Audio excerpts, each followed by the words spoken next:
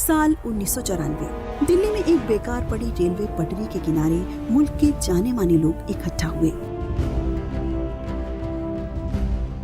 मौका था एक ड्रामे की पेशकश। इसके लिए 7 एकड़ में फैला दुनिया का सबसे बड़ा स्टेज तैयार किया गया। उस वक्त कोई नहीं जानता था कि फिल्मों को टक्कर देते इस ड्रामे के दुनिया भर में 3,500 से ज्यादा शोज होंगे। स्टेज के थिएटर के मायनों को टक्कर देता ये था drama the legend of Ram. Larger than life theatre का सिलसिला आगे भी जारी रहा। करगिल की जंग को स्टेज पर उतार लाना ख्वाबों से आगे का मसला मालूम होता है, मगर इसे कर दिखाया आमिर रजा हुसैन ने। मुल्क के जाने माने थिएटर ग्रुप स्टेज डोर के क्रिएटिव डायरेक्टर हैं आमिर रजा हुसैन। 120 ड्रामों की हिदायतकारी, 110 ड्रामों में अदाकारी और 12 ड्रामे लिखने के बाद आमिर रजा हुसैन आज है हमारे रूबरू। कभी कभी मुझे ऐसा लगता है आमिर कि आप सुभाष घाई हैं, राज कपूर हैं, अरे थिएटर के ये क्या है, ये ग्रैंडियर कहाँ? सईद भाई आपकी जर्रा नवाजी है। थिएटर में हमेशा मैंने ये कोशिश की है कि आज की दुनिया में जहाँ 150 टेलीविज़न चैनल्स हैं और सिनेमा हॉल्स हर जगह हैं, बड़ी से बड़ी 3D 2D हर किस्म की फिल्में आ रही हैं, तो आदमी पैसा खर्च करके थिएटर देखने क्यों आए? Unless we can offer him something, एक ऐसी एक्सपीरियंस हो जो उसे सिनेमा में ना मिले, जो उसे घर बैठे टेलीविज़न में फ्री में ना मिले।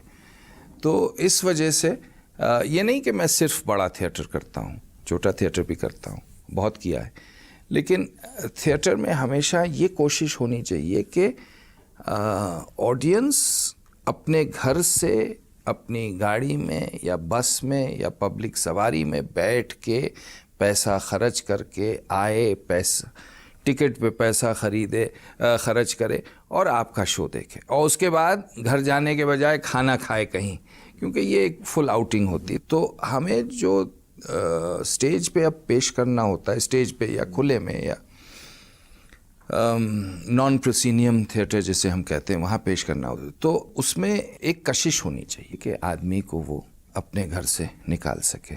दो पहलू हैं जी, कशिश हो, आपके एक्टिंग पे हो, आपके डायलॉग में हो, आपके मकालमे में हो, या ये कि आपका इतना बड़ा सेट हो कि वो बिल्कुल ओवरवेल्म कर दे इवेंट को। अब वो उसमें या नहीं होता, उसमें एक्टिंग में भी हो, मकालमे में भी हो, स्क्रिप्ट में भी हो, एक्टिंग एबिलिटी में भी हो।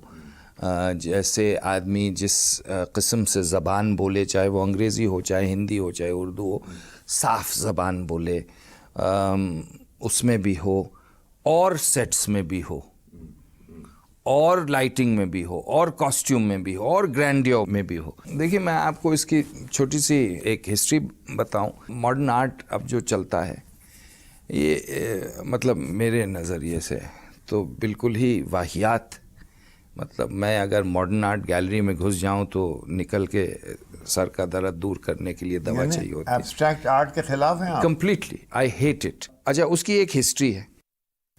उसकी वजह यह है कि पहले क्या खूबसूरत पेंटिंग्स बनती थी, आप यूरोप के म्यूज़ियम्स में देखिए, घरों में देखिए, but they were representative of either scenic beauties और ऑफ एनिमल्स और ऑफ फेसेस और of entry of the camera, of the still camera. अब वो पेंटर जो आके ख़ानदान की पोर्ट्रेट पेंट करता था, उसकी नौकरी खतरे में पड़ने लगी। अब पेंटर जो है उसकी समझ में नहीं आया कि अब मैं क्या करूं। अब ये मुझसे तो बेहतर कैमरा है, तो हर एंगल ले लेता है, और मुझसे मेरा अगर 10 रुपए का खर्चा है तो ये 10 पैसे का खर्चा है। So he went into modern art and he yet hasn't been able to get out of this crisis of identity. तो यानी पिकासो ने ग्वेर्निका इसलिए बनाई और ग्वेर्निका के अंदर ये सब क्योंकि उन्होंने कैमरे के डर के मारे कार्तिक ब्रसों ने तस्वीर ले ली।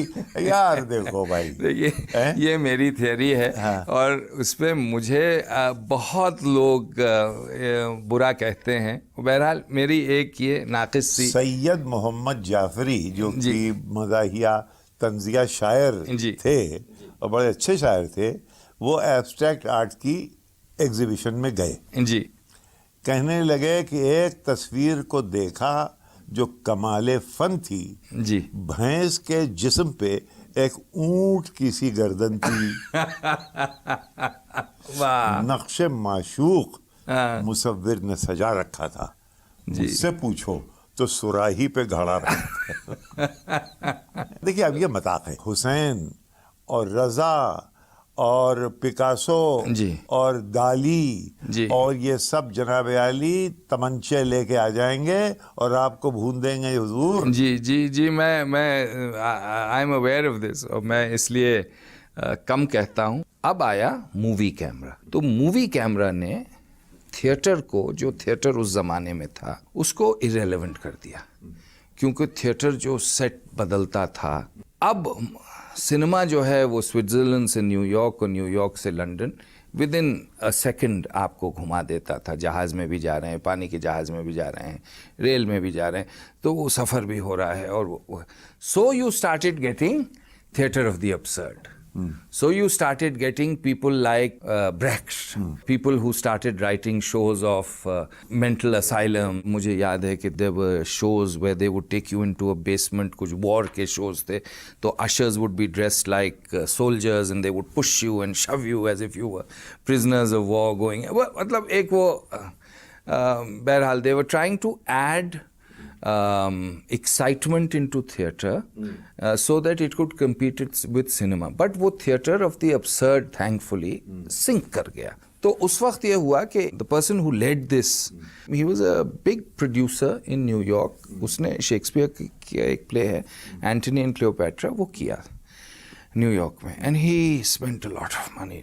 तो वो इन्होंने स्टेज पे दिखाया और स्टेज पे इन्होंने वो कुछ बंदर और लेपर्ड्स और क्या एंड 300 एक्स्ट्रास एंड डांसर्स और ये वो करके, and in an attempt to revive theatre. But it was done within a proscenium stage, within a stage in New York, and this was also Broadway पे जाहिर है. Broadway पे, yeah, this was around about the 1930s. तो उससे लोगों को, it was a huge success, it ran for years and years. तो उससे थिएटर वालों को, थिएटर के प्रोड्यूसर्स को जी ज़रा सा ये हुआ कि भाई हाँ कुछ हो सकता है. अब वो that has taken the shape in the West, primarily in London, of musicals. अब आप लंदन में जाइए और आप कहिए कि साहब मुझे प्ले देखना है, तो बड़ी मुश्किल होगी. आप जहाँ देखिए, जिस बड़े थिएटर में जाइए, म्यूजिकल चल रहा है. So this is the history of theatre. Now it has become the big musical, the big money. In India theatre never really took off. हमारा बड़ा नैरो वो है थिएटर का डेफिनेशन, जिसको हम प्रोसीनियम में परफॉर्मेंस विथ लाइन्स लेके उसको थिएटर कहते हैं. जो हमारा टेम्पल डांस है, जो हमारा टेम्पल के परफॉर्मेंसेस हैं, रामलीला है, these are the greatest forms of theatre, most popular forms of theatre the world over. जी. और इससे बड़ा थिएटर कहीं दुनिया में नहीं होता. लेकिन वो भी आज की तारीख में थोड़ा सा दब रहा है, दब गया है. मैं ये कह रहा हूँ कि ऐसा नहीं है कि theatre on its own in a small proscenium way cannot compete. It can, but अगर ये सब सपोर्ट मिल जाए तो और आसान है. 1994 में 2000 रुपए का टिकट आपने खरीदवाया जी. ये गरीब आदमी खरीद ही नहीं पाया जी. लिहाजा उसने रामचंद्र जी का जो आपका इतना बड़ा जी. ड्रामा था देखा ही नहीं. ये मेरी बदकिस्मत थी. मैं ये कोशिश कर रहा था कि मैं लोगों को, बाहर के लोगों को ये दिखाऊं कि हिंदुस्तान का थिएटर कितना ओरिजिनल हो सकता है. और पहली चीज़ जब मैंने ये किया तो लोगों ने आके मुझसे कहा कि अरे ये हमने कहीं देखा नहीं है, आपने कहाँ देखा था? तो मैं उनको जवाब देता था कि भाई क्या मतलब, कहाँ देखा था, ऐसा भी हो सकता है कि भाई हम अब अपने देश में कोई चीज़ ओरिजिनल कर दें, कॉपी नहीं करें, क्योंकि सिनेमा में आपको मालूम है सीन टू सीन कॉपी होती है, गाने कॉपी होते हैं, धुन कॉपी होती। तो सब सोचते थे कि कहीं से मैंने कॉपी किया है, डिज्नीलैंड से, इससे उससे। आज 20 साल हो गए, पीपल हैव नॉट डिस्कवर्ड कि ये कहाँ से कॉपी हुई। It is not a copy, it's an खुद थिएटर के लोगों ने, मसलन शशि कपूर जी, वो कहते हैं साहब ये सब कुछ हो सकता है, ये थिएटर नहीं। लेजेंड ऑफ राम को शशि कपूर ने कहा कि ये थिएटर नहीं है। जी। अब थिएटर वाले तो कहते हैं, बहुत थिएटर वाले कहते हैं। अब हिंदुस्तान का सबसे बड़ा थिएटर इवेंट था, अब आप उसको माने ना माने, इसमें मैं क्या कर सकता हूँ। 70,000 आदमियों ने उस प्ले को देखा है दिल्ली बम्बई में। 70,000 आदमी ने, कोई ऐसा थिएटर आज तक नहीं है जो देखा हो। एंड जैसे आप फरमा रहे थे अभी कि 2,000 रुपये का टिकट था, तो अब जो भी था। अगर आपने इतने बड़े स्टेज बना ही लिया था, ऐसा सेट बन ही गया था, तो वो एक इन परपेचुइटी क्यों ना हुआ? और वो होना चाहिए था, और ख़ास तौर से दिल्ली जैसे शहर में जहाँ इतने टूरिस्ट आते हैं रोज़ शाम को। उनके even offered to the ministry of culture, भाई आप टेक ओवर कर लीजिए इसको, ये हमारी मेहनत है, आप इसको टेक ओवर करिए, हम तो इसको डिस्ट्रॉय कर देंगे 6 महीने बाद। नथिंग।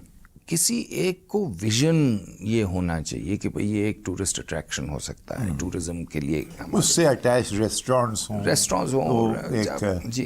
अभी ये टूरिज्म की हालत है कि लोग आते हैं दिल्ली में, 1 दिन 2 दिन रुकते हैं और फिर जयपुर चले जाते हैं, आगरा चले। कोई ऐसी चीज़ नहीं है कि उनको शाम को दिल्ली में रोके। योग जकार्ता में मंदिरों के शिखरा के नीचे रामायण 37 साल से जी चल रही है। 120 लोगों का ट्रूप, जो कि 5 वक्त की नमाज पढ़ने वाले मुसलमान हैं, वो जनाब अली रामायण करते हैं, कर रहे हैं, आज होगी। अरे भाई, इतना बड़ा प्ले आपने बनाया था, क्या रिवाइव नहीं हो सकता? रिवाइव तो हो ही सकता है, लेकिन there needs to be a stronger effort than a single man. It needs a greater effort than mine to bring it into a perpetual kind of situation. आम आदमी के लिए थिएटर आपका फिर न हो पाएगा। इसका मतलब ये है ये आपका थिएटर जो है, बाहर से टूरिस्ट आए, डॉलर्स जिनके पास हों, या ये कि अशराफ के लिए, जिसको कि हमारे सर सैयद ने कहा था ये अशराफ के लिए है जी। ये हम गरीबों के लिए नहीं। जी नहीं है। नहीं है। ऐसा थिएटर किया जाए कि जो ज्यादा एक्सेसिबल हो। जी करते हैं लोग, बहुत लोग करते हैं। आप क्यों नहीं करते? मैं इसलिए नहीं करता क्योंकि मेरा मुझे मिजाज अलग है। जी नहीं, मिजाज अलग नहीं। मेरे थिएटर में, मेरे कॉन्सेप्ट्स में पैसे ज़्यादा लगते हैं, और उन पैसों को फिर बहरहाल रिकवर करना पड़ता है, तो इस वजह से वो महंगा हो जाता है। आप जितने बड़े मुसलमान हैं उतने ही बड़े आप शिया भी हैं। जी, शिया ही हूँ। लेजेंड ऑफ राम जी, ये एक हिंदुइज्म का एक बहुत बड़ा इंडियन प्रिंस की कहानी, आपने उसको सजाया, इतना बड़ा प्ले किया। जीसस पैशन ऑफ क्राइस्ट जी, हजरत ईसा के ऊपर दसियों फिल्म बन चुकी हैं, प्लेज लिखे जा चुके हैं, क्रिटिकल भी हैं और ह्यूमरस भी हैं। साहब, आपके मौलवी साहिबान ने आपके किसी थीम को छूने से मना कर दिया है। आपने कहा कि मैं शिया हूं। अब वाक़या करबला तो सिर्फ शियों का नहीं है, इतना बड़ा ड्रामा है वो। आपने अपने आप को उससे महरूम क्यों कर रखा? डर लगता है। डर क्यों? मुझे देखिए, लेजेंड ऑफ राम मेरे लिए एक कल्चर के, मेरे बैकग्राउंड का एक बहुत ज़रूरी हिस्सा है। उसको एड्रेस करने में मुझे कोई परेशानी नहीं थी। करबला जो है वो एक बैकग्राउंड का हिस्सा नहीं है, वो एक मज़हब का भी हिस्सा नहीं है, वो एक बड़ा ही डीप रूटेड मेरे एक ज़िंदगी का, इमोशन का, एक मेरे मैं क्या बताऊं कि एक मेरे it is attach to me with डर लगता है। बहुत डर लगता है, बेहद डर लगता है।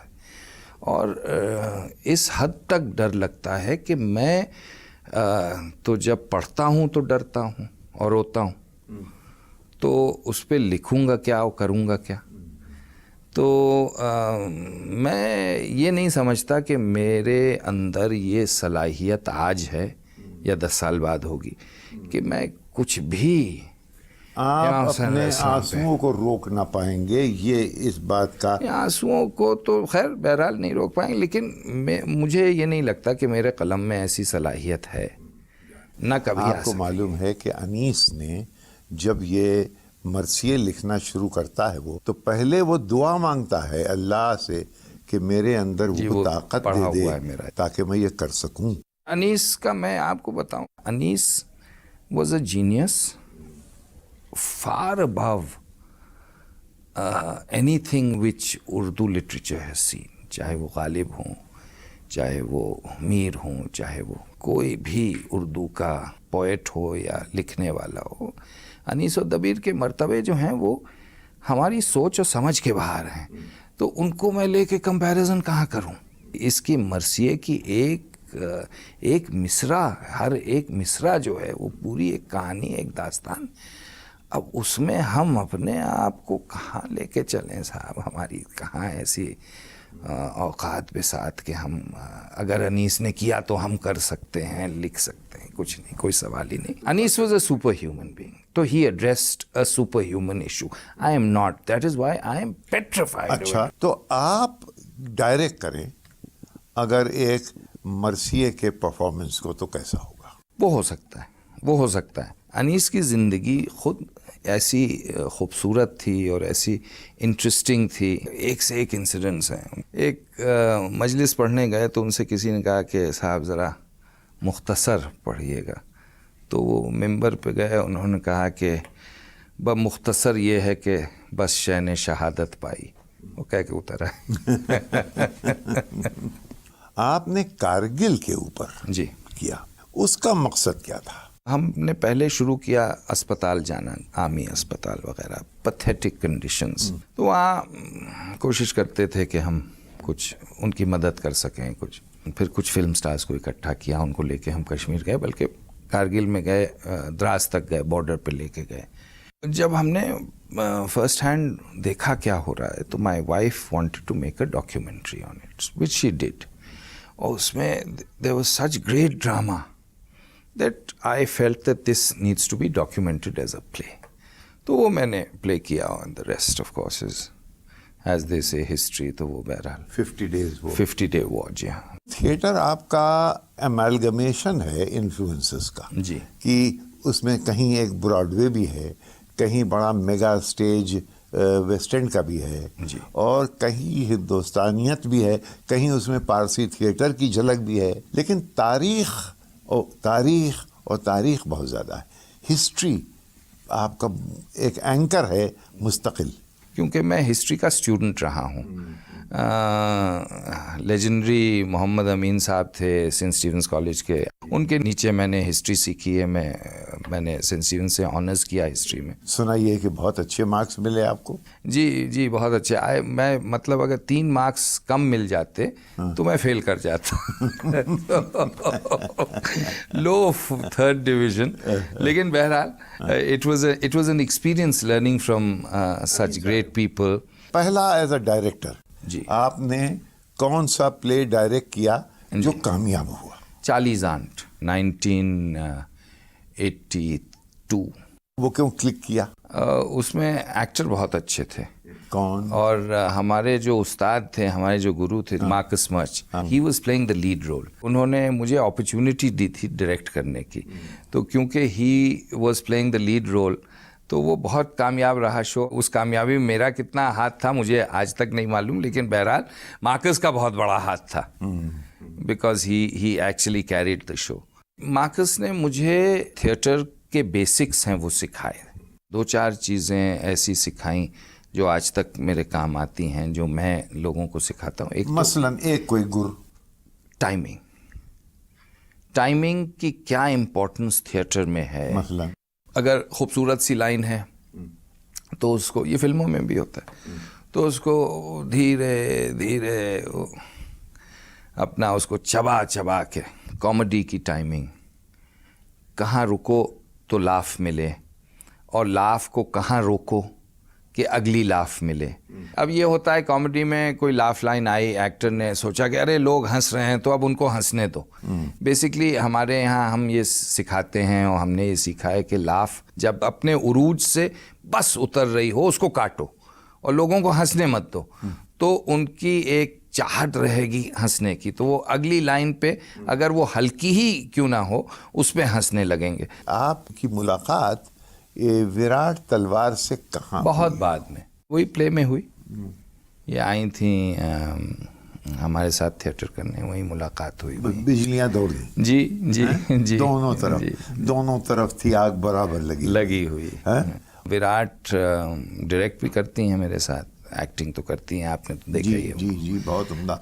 Unlike many husband and wife जोड़ीज जो जहाँ एक टैलेंटेड होता है और दूसरा शेरवानी की पिछवाड़ा पकड़ के बढ़ता है, यहाँ बराबर का बटा हुआ है। अगर ऐसा है तो फिर आप दोनों में इतनी लड़ाई क्यों होती? लड़ाई नहीं होती। लड़ाई देखिए, अब वो ये है कि जब दो आदमी डायरेक्ट करते हैं एक चीज़ को, देखो तो आप हमारे ट्रैप में आ गए। जी। मुझे कुछ नहीं मालूम कि लड़ाई होती है कि नहीं होती। मैं समझ मैंने रहा एक था। ऐसे ही फेंकी और आप जनाब संजीदा हो गए।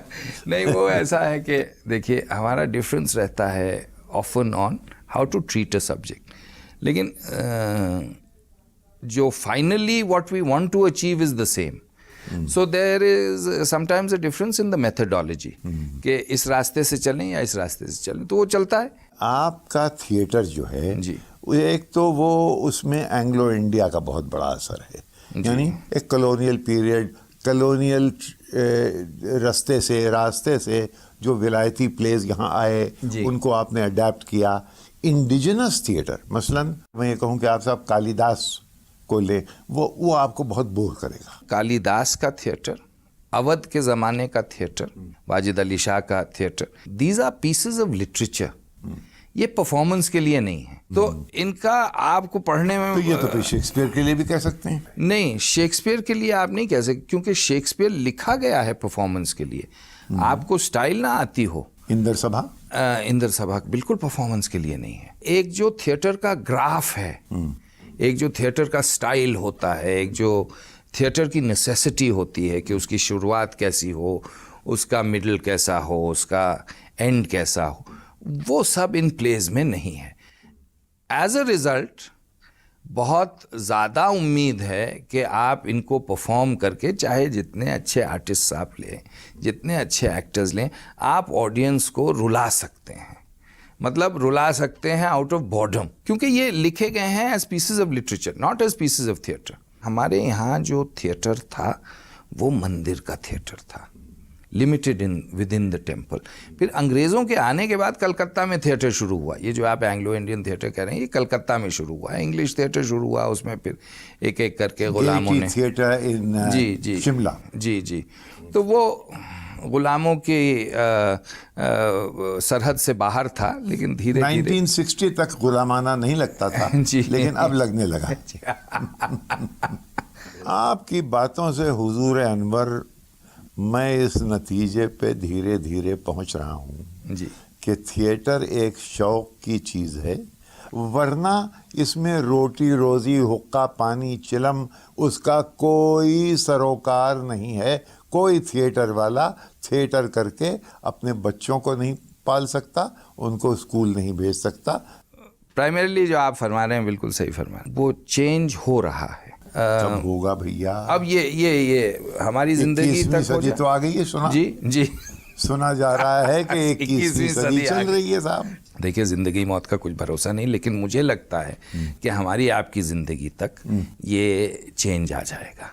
और थिएटर जो है सड़क सड़क होगा और गली गली जनाब नहीं नहीं नहीं, गली गली सड़क सड़क नहीं होगा। गली गली सड़क सड़क तो होता ही है, और ज़्यादातर जो थिएटर होता है वो इसी काबिल है कि गली गली सड़क सड़क हो। लेकिन ये बदलाव ज़रूर आएगा कि थिएटर अपने पैरों पे खड़ा हो सके। बग़ैर स्पॉन्सरशिप के खड़ा हो सके और एक फाइनेंशियली वायबल ऑप्शन बन सके। लोग थिएटर से सिनेमा में अक्सर चले जाते हैं जी जी। और लोग एग्जाम्पल दिया करते हैं, नसीरुद्दीन शाह का मसलन। अब ये सुना जा रहा है, खबर है उड़ती उड़ती जुबानी तयूर की कि आमिर रजा हुसैन किसी अपने छरहरे बदन को लेके एक रोमांटिक रोल करने के लिए बम्बई जा रहे हैं। जी नहीं, वो ये मुबालगा है कि सच है? नहीं, एक रोल किया है मैंने, वो बहरहाल फिल्म आ रही है इसकी, अनिल कपूर प्रोडक्शंस की, सोनम है वो, उसमें खूबसूरत जी हाँ। जी, तो उसमें एक रोल किया। बहरहाल लेकिन ये रोल मैंने सुना ये है हुजूर कि ये पहले अशोक कुमार ने किया था। जी, जो पहली खूबसूरत थी, जी हाँ, अशोक कुमार ने तो किया। आप अपने आप को अशोक कुमार समझते हैं? नहीं, मैं तो कुछ नहीं समझता हूँ, मैं तो अपने आप को एक थिएटर पर्सन समझता हूँ, थिएटर पर्सन रहूँगा। लेकिन फिल्म बनाने का शौक नहीं हुआ? जी नहीं, मुझे I am very happy as असल में आपके अंदर एक कोई क्लास मामला है, मसलन इंडियन पीपल्स थिएटर वगैरह जो है उसको आप हिकारत की नज़र से देखते हैं। अब ये आप कह रहे हैं, मैं नहीं कह रहा हूँ। अच्छा, इंडियन पीपल्स सोशलिज्म के खिलाफ हो क्या भाई? नहीं, सोशलिज्म के खिलाफ तो क्या, जी हाँ, सोशलिज्म के खिलाफ हूँ। तो क्या हो तुम? बस फ्यूडल हो, बिगड़े हुए फ्यूडल हो। बिल्कुल बिल्कुल, यानी वो नवाबी जो न रही। नवाबी मतलब घर के बाहर तो न रही, अब जहाँ चल जाती है चला लेते हैं, जहाँ नहीं चलती खामोश हो जाते हैं। बस यही है, शराफत का तकाजा तो यही है कि भाई कोशिश करो, जहाँ नहीं चले खामोश हो जाओ, अपनी गाड़ी में बैठ जाओ। एक दूसरा तरीका ये भी हो सकता है जी, कि नई रियलिटी से एडजस्ट किया जाए। उम्र गुजर गई, अब बच्चे एडजस्ट करेंगे। ये तो आपने बिल्कुल यहाँ जने के एक प्ले में वो कहता है कि and as for living my servants will take care of that. Thank you very much.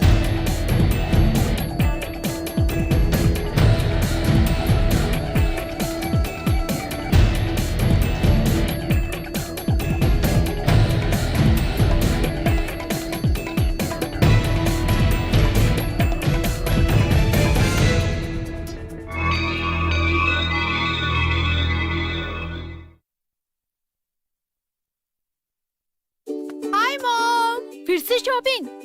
अब्बूजान आप